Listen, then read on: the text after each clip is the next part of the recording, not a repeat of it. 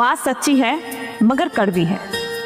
हमारी सोच और पानी, ये दो चीज हमेशा साफ होनी चाहिए, क्योंकि खराब पानी हमारी तबीयत को बिगाड़ देता है और एक खराब सोच हमारी जिंदगी को। इसलिए अपने जीवन में अच्छी अच्छी सोच लेकर आइए, उन सोच के साथ आगे बढ़िए, क्योंकि जितना आप खराब चीज़ों के बारे में, बुरी चीज़ों के बारे में सोचेंगे, उतना ही आप उलझते चले जाएंगे और उतना ही ज़्यादा आप दुखी रहोगे। इसलिए कोशिश करें कि अपने विचारों को आप